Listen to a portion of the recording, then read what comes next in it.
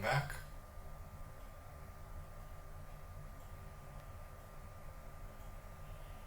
You have come back to Svengali.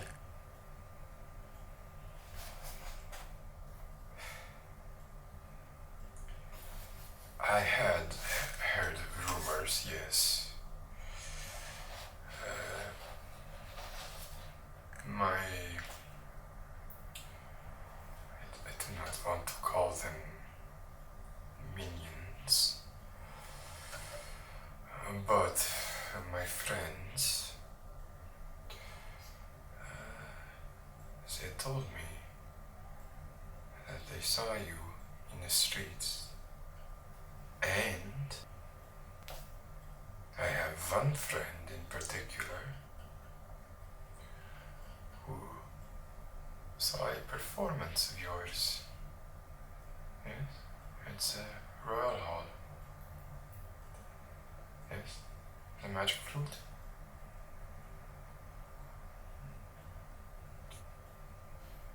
Well, he said you were perfectly adequate.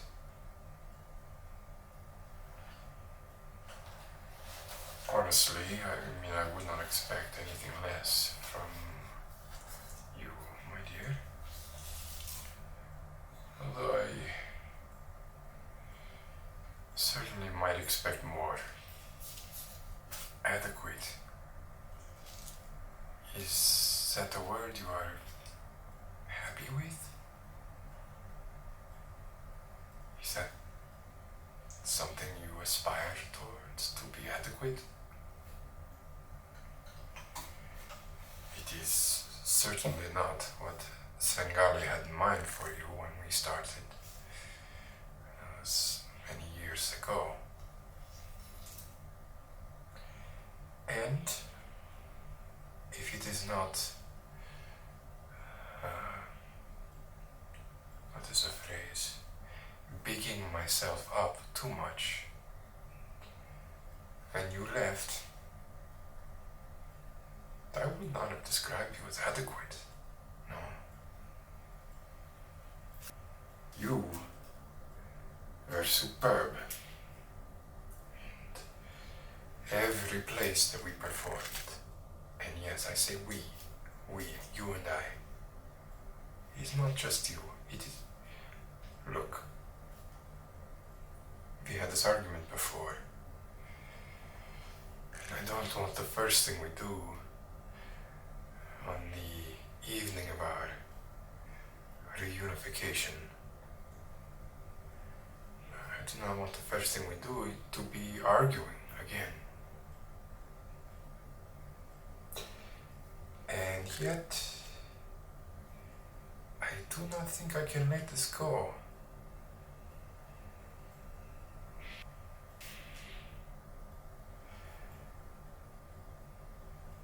I will state my case, and then we can move on.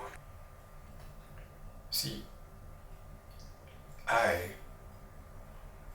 firmly believe I've based my life's work on the premise that a performer needs a patron,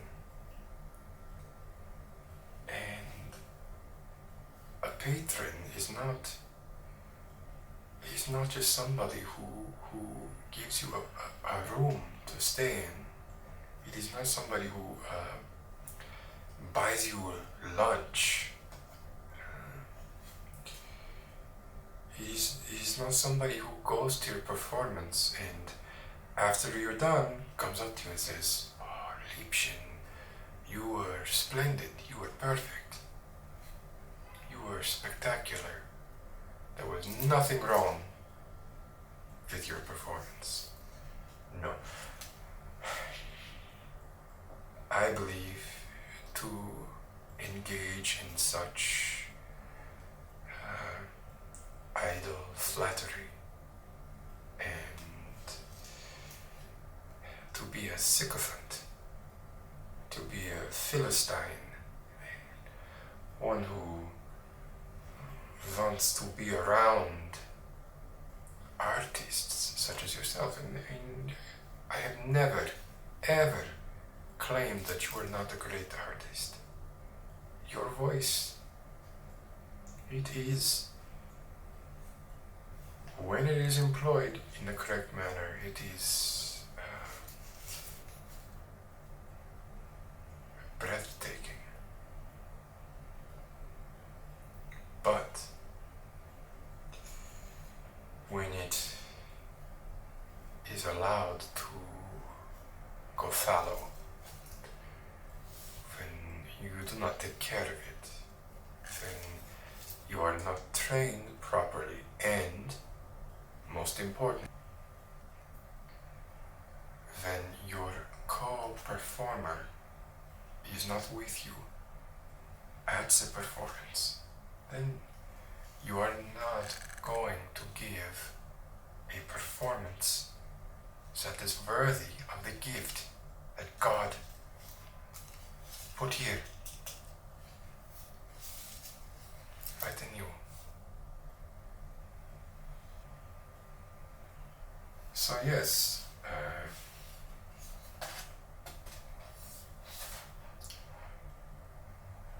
Svengali was often harsh on you. Svengali would often seem to be cruel. But I say seem because the larger cruelty would be to let you squander that which you were given. And I believe that the relationship between the performer and the patron is not a one-way relationship. It is not, I give you this, this and this, and we go from city to city, from Berlin to Leipzig to Belgrade, performing packed halls everywhere, accolades, the offers, the gifts bestowed. This was never why Svengali did this, and I don't think it is why you did it either. These things are nice. I'm not suggesting that being showered with praise is a burden. No, it's very nice, and I never took more responsibility for your performance than I felt I truly deserved. You are the artist. Svengali is a patron in the meaningful sense of the word, not the superficial sense, which is what I think yours, James, I believe his name was. How does Svengali know? How does Svengali know how to train to hit the high E of the middle C without a quaver? How does Svengali know what date the sun will cast no shadow on the well? How does Svengali know? How does Svengali know how to get you into the best halls and in the best companies and the best solo performances? How does Svengali know any of this?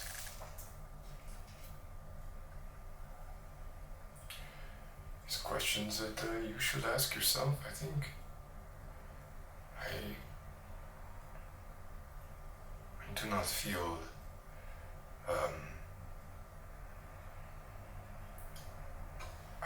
my answers would be humble, and I do not feel that you would believe them, And with that being the case, why would I bother, right? You understand? Anyway, like I said, I would state my case, and clearly there is a reason you are back. You're not back to take in the sights of Svengali's palatial, one up, one down row house. It's not the smell of the buckets being emptied out back. It's a waste buckets. That is not what drew you here. It is not the rumors of the killer of women over in Whitechapel. That's not what brings you here. It is not the weather. You are here for a reason, and I might be so bold as to suggest that I know what that reason is.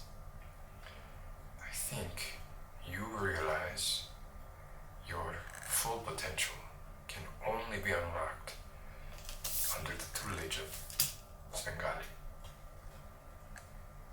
Yes. I know my methods are unorthodox. And I know that perhaps in the past I have treated you with less deference than you deserved. And I am ready to rectify those mistakes. If you, my dear, own up to your part of the bargain.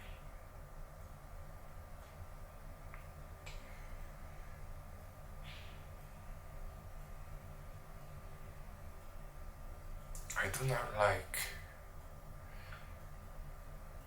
the interference of others. Other people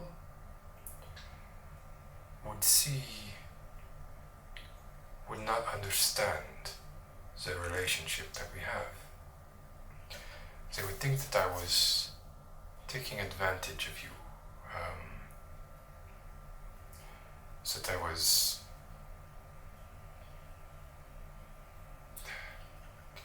after the money or the fame, the lifestyle, or something else. But you know that is not true. You know that. So other people get involved. It makes Svengali nervous. And I would rather that we keep it between us. Okay?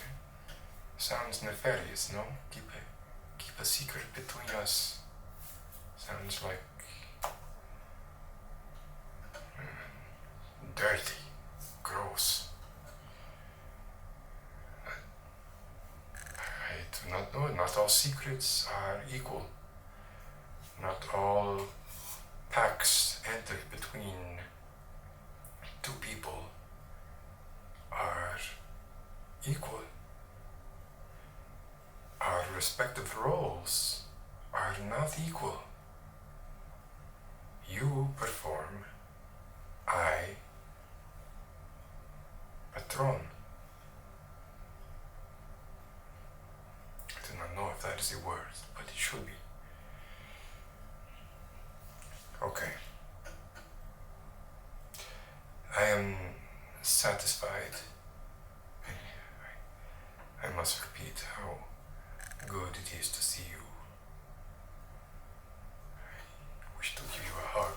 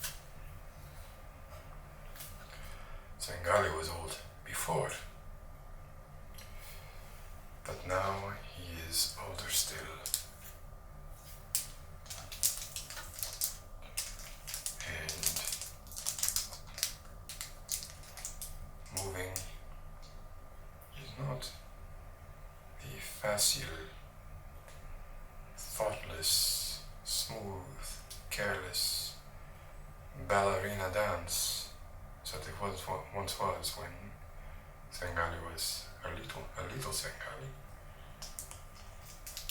Now everything must be thought about. I think I'm going to hug you. I have to think, okay, keep the back straight, sit up when you come forward, so you don't hurt yourself there. Don't lean in too much when you hug, because your balance might go off, and then all kinds of terrible things. I can hear, maybe you can too, the horse-drawn carriages in the street, clip-clopping by. It's very enchanting. I find it adds to the ambiance, like rain.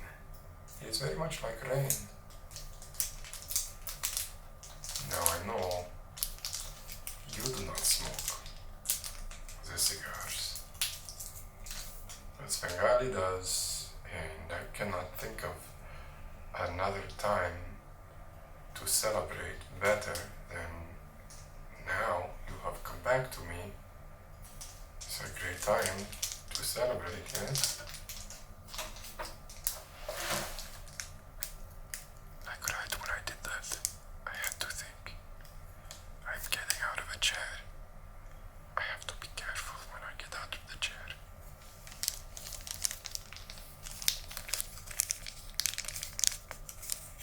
And sometimes it doesn't even matter. I can be as careful as I can, and my hip will creak. You can hear it. It makes a noise. Our bodies should not make noise when we move like that. It's like a door hinge. And that is the issue, I suppose.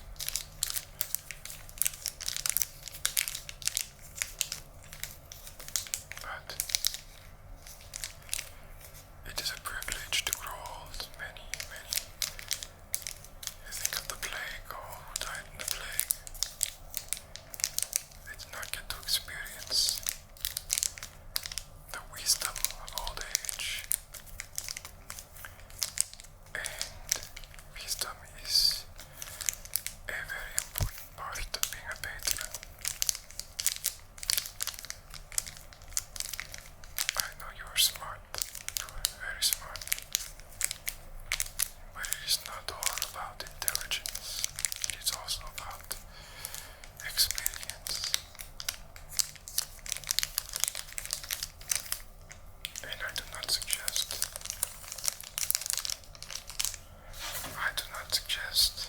that I am smarter than you. Never. In fact, I know that is not the case. But I do have more experience. And I think sometimes it's important to lean on that. To trust it.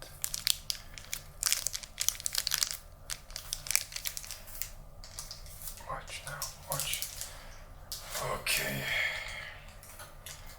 Another thing that happens as you grow older, you get more hair where you do not want it. Look at my eyebrows.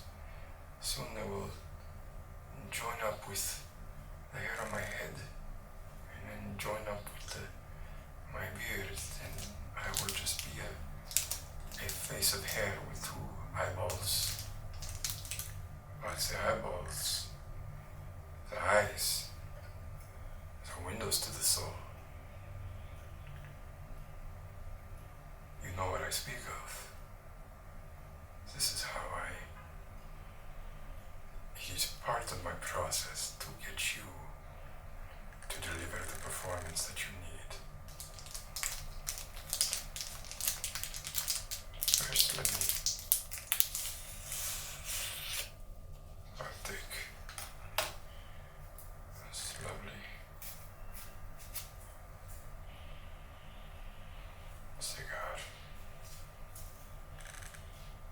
also, as you grow older, your ears and your nose grow and get larger. You may be saying, Svengali, your nose looks a little bigger than when I saw you last. But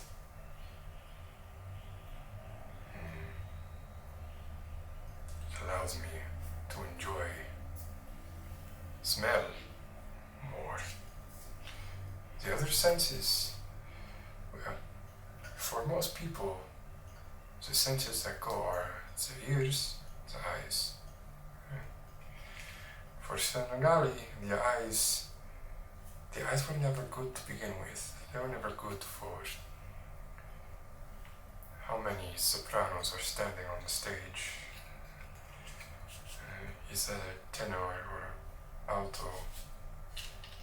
I don't even really know what I'm saying. I'm just making things up. My point is, my eyes were good at spotting talent, but that was really my ears.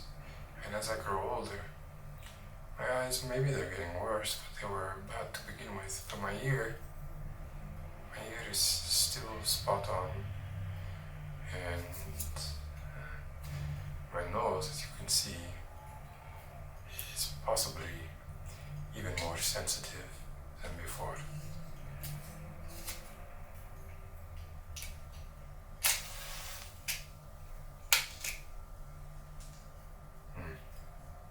Even the smell of unmatched flame. It smells very good.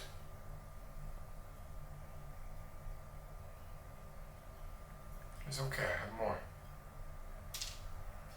I have a whole box of matches, not like that winter when we had like 6 matches.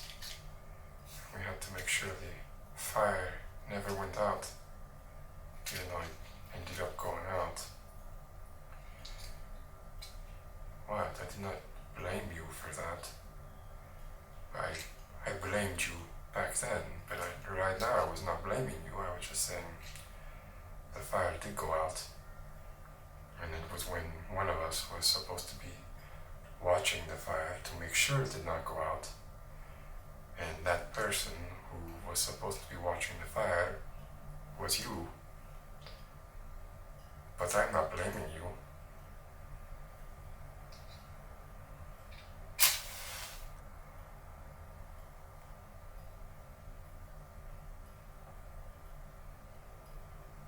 You can see all the colors dancing in the flames.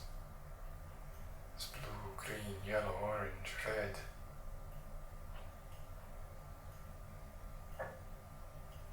And leaves behind it a charred black. Fire is almost like an acceleration of time. So in a way you could think of fire as a portal, but I do not recommend walking through it. You know.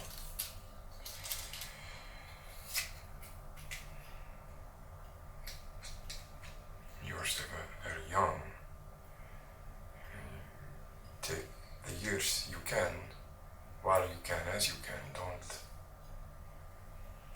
Don't walk through a portal of fire to get to the future when, I don't know,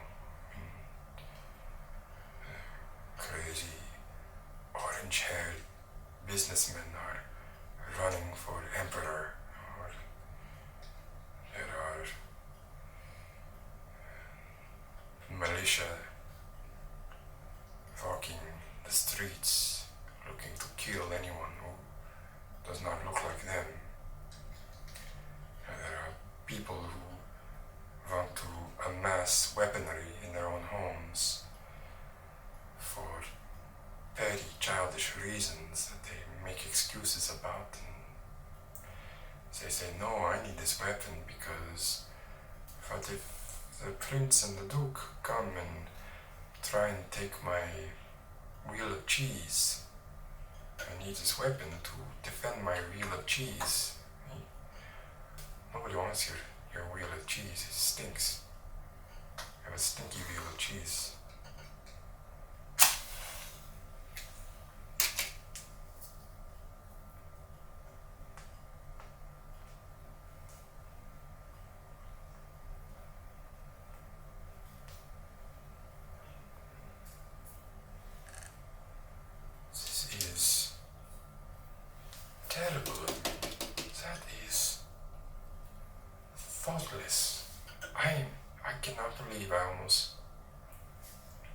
light a cigar in the presence of one of the greatest voices in the country. This smoke is not good for you. Even those matches I was lighting, that is thoughtless and selfish of me. And I apologize and I pray for your forgiveness. It will not happen again. Cigars are stupid. Stupid things. But I do like the cigar wrapping. Sometimes when Svengali has had a hard day, he may, just kind of crinkle the wrapping a little bit. It helps me to relax. It lowers I do not know what this thing is, but for some reason I want to say blood pressure. There is no such thing, but it is what comes to Svengali's mind. And sometimes the things that come to Svengali's mind come true, eventually. Not always, and not always soon, but someday, perhaps. And I know it's easy to say that. That's an easy thing to say.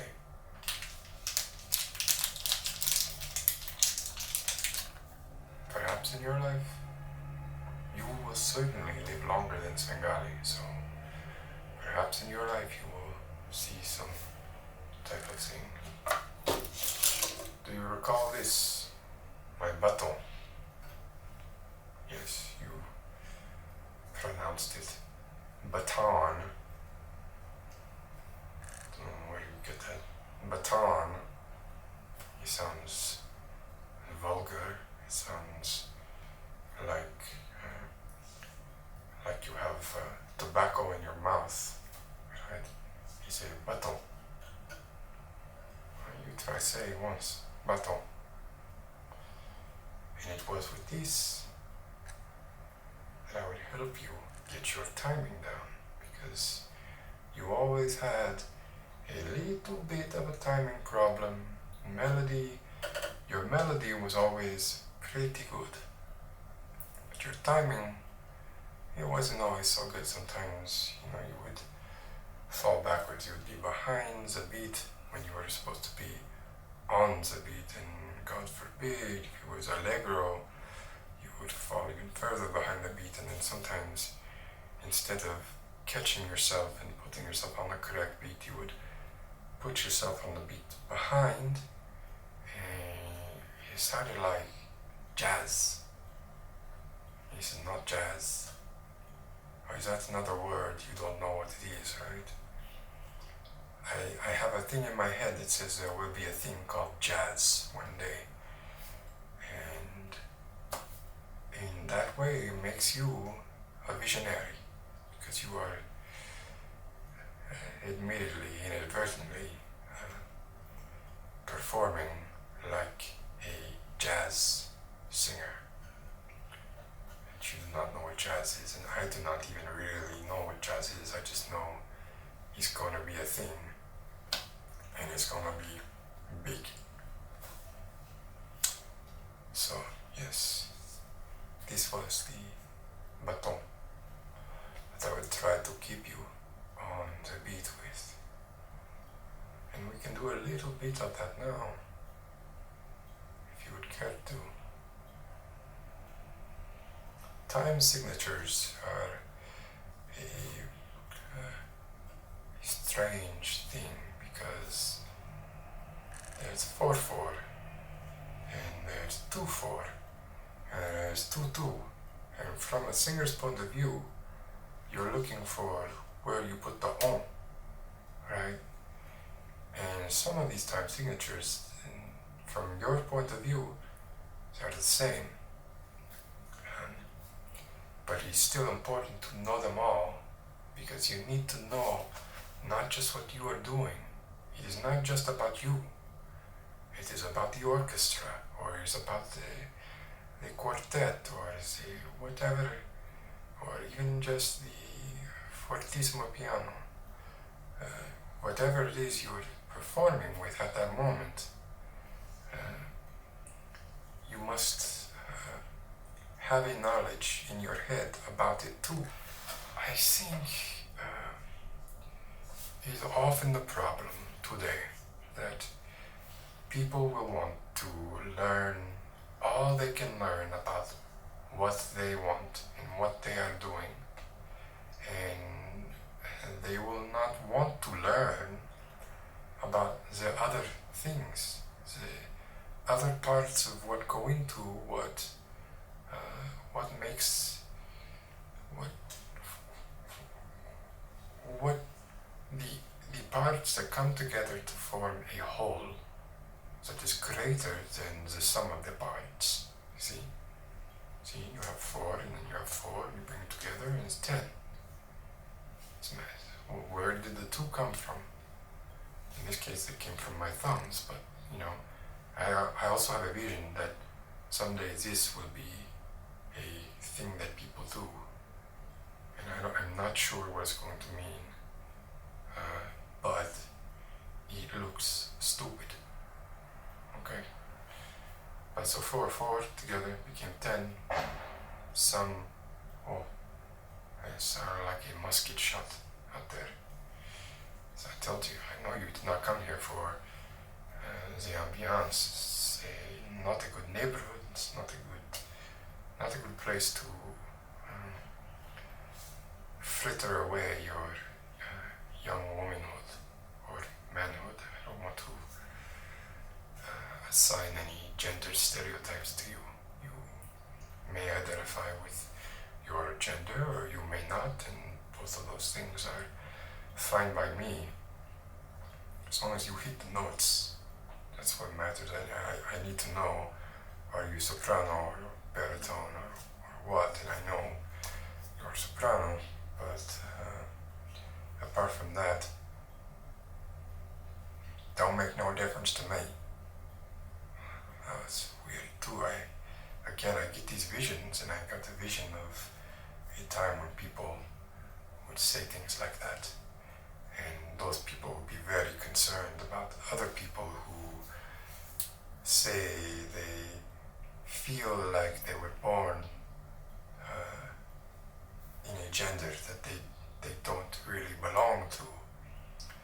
And why is this anybody else's business but theirs? I don't know. But I sense there are people that will say, hey, now you're born a boy, so you stay a boy. I sense there's going to be something like that. It sounds very weird. It sounds the voice I hear in my head. It sounds. I don't know how else to put it. It sounds ignorant to me, but I know I go off on these tangents, and you don't really understand where I'm coming from or where I'm going, and it's hard for you, and it's why Svengali does not have many friends, because they too find me exhausting. And maybe that is for the best, because Svengali enjoys Svengali's company. Svengali enjoys your company too, when you are doing as you are told, which is, I don't know, half the time, maybe half the time, maybe a quarter of the time, you know. And I will give you credit where credit is due. Sometimes you have a way that you want to do something, and Svengali thinks it should be another way, and sometimes you are correct. Your way is the correct way.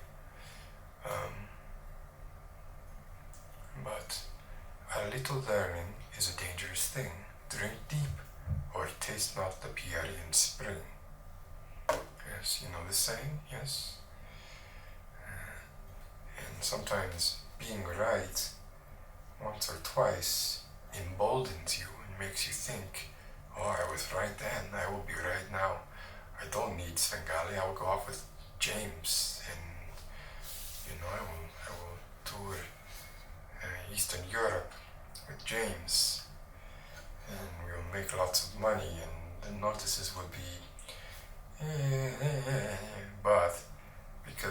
already made your name for yourself.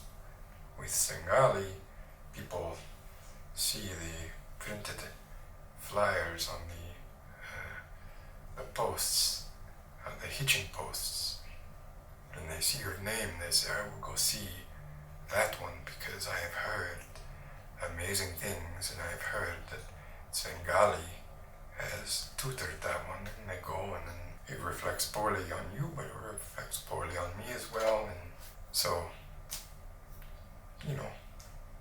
don't get a big head. Is I guess what I'm saying there is, get show a little humility. I mean, look at me. I have to look like this. Surely I was compensated in some other way, and maybe foresight is that way. And sometimes I say strange things, and sometimes I do the eye. My eyes to your eyes, out of your mouth, into the ears of everybody listening, and they absorb what you're saying through their ears, and then they talk about it out of their mouths, back to you, or back to me. So, from my eyes to your eyes, out of your mouth into their ears, out of their mouth, back to our ears, into our heads again. It's like a circle of something. Again, I want to say Hakuna Matata. I have no idea why I want to say it, but there it is. This, I believe this was your least favorite thing.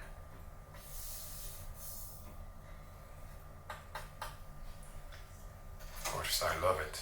It is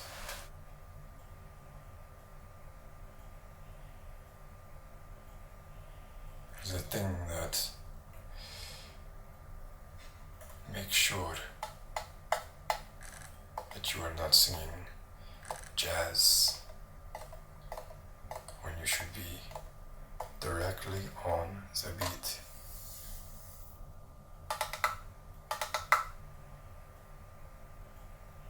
I know you know what it is called. It's called a metronome. And I know you know what it does. But I don't think you respect it, really. There was a friend of mine who believed, he studied tempo, musical tempo. And he believed that our internal timekeeping mechanisms, the thing that allows you to go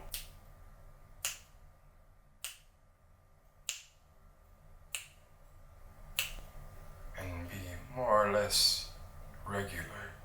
Some people do it better than others, of course. But then again, I cannot hit the high E of, it doesn't matter. This colleague of mine studied tempo because he believed that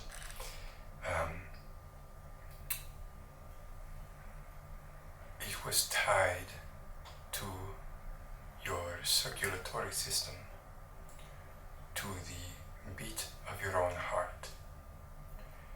And he believed that if you were very relaxed, very calm, your heartbeat was slow, that your perception of tempo would be different than if you ran up and down flights of stairs for 10 minutes and then tried to, say, sing a very Green Sleeves or some very popular common song that everybody knows, a shanty or something. So he did tests to that effect. He would, get himself worked up out of breath, get his heart rate up, and he would have a friend who would, have the metronome, and test against the metronome to see if his perception of time was different when he was stimulated versus when he was not. Inconclusive results. He could not get a reproducible experiment to give accurate and repeatable outcomes. So I believe it's hogwash. Is what I believe. I think if the state of your being, because the ramifications are bigger than music. The ramifications would be your perception of all time. And if your perception of all time could be lengthened by not being active, then you could effectively experience a longer life by not being active, and that doesn't make a whole lot of sense to me. So, even if he had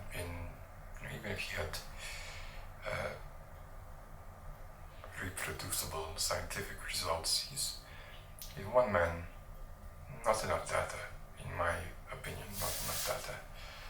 But Svengali is not a scientist. Svengali is a patron. And I don't want to do too much here on our first visit, you and I. I am very glad you returned. I did not think it a foregone conclusion that you would return. Although for a while I fervently hoped, but then I began to give up hope and I began to just accept that you were not coming back. And then one day, you darkened my door. You brightened my door. So, I think for this visit, we keep it light. We can get back into the more strenuous training.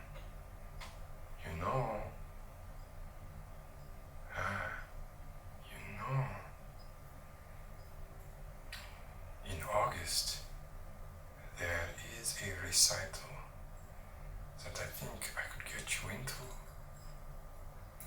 It would be a stunning event. Nobody would be expecting it. And yet,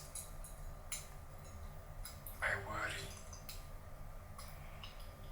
worry that perhaps you come back to Svengali, you study with Svengali for a little bit, and then you change your mind again and you leave. Svengali is old, his heart cannot take this sort of thing. So what I need from you are assurances. Now, I know words mean things, but sometimes words are not enough. Sometimes you need a little bit more. And that is what I need to get from you tonight. For if I'm going to throw myself into our relationship again, I need confidence in the reciprocity. You understand? Do you like this watch? A pocket watch that I picked up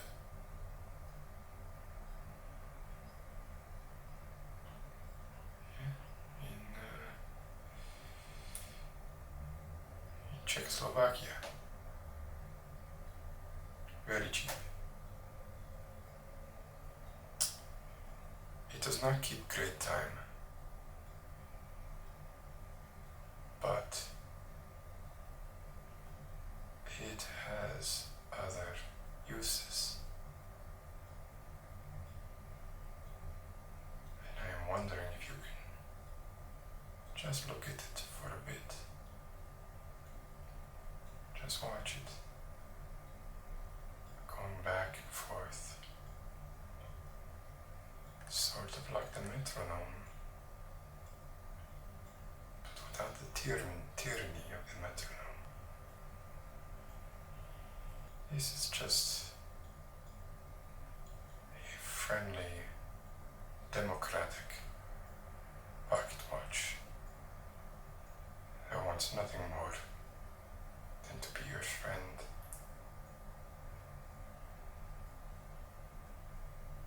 So you keep watching it, and I want you to repeat after me. I will obey Svengali.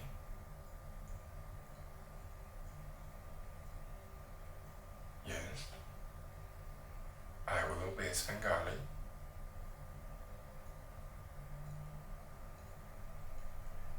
Good. I will not question Svengali.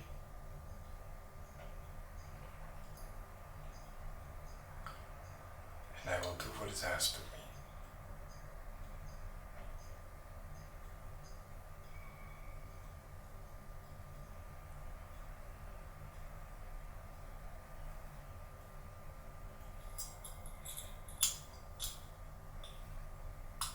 That was not so hard, was it? Oh, look at the time. It's actually running quite late.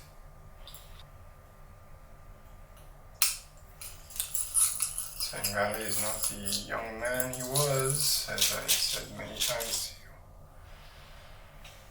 And it is not just artists that need a rest. So too do patrons. I get tired easily.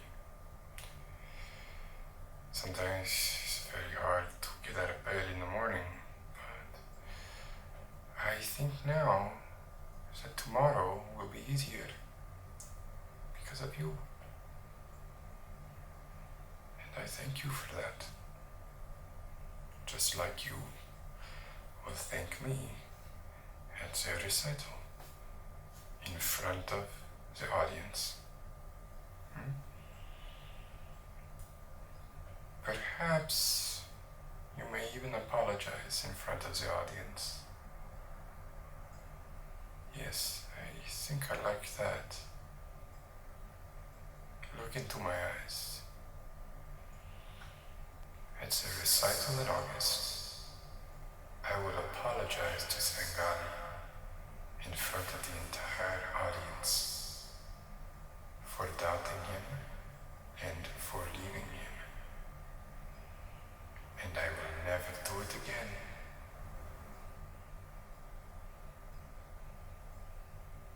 There we go. How about easy? Easy peasy, lemon squeezy.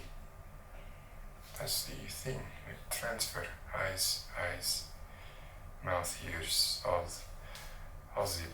the bits of the head that transmit and receive information. Alright, well, I don't want to keep you because when it gets too late here, you hear the muskets being fired and you may step in a bucket of human excrement if you're not careful. I will have my man walk home with you. I do not know what became of James. Or do I? Could be yes, could be no. I do not want you to reveal all my secrets to you, especially not just in one visit, so I will call my man, you will go home, and let's say Monday we will start your real training in earnest, and it's going to be a lot of this, I'm sorry. As a metronome, we will sit at the pianoforte and we will figure out what needs to be figured out between us, okay? Okay, I can get a hug before you go? Yes? Yes? Oh, hurts so much to get up.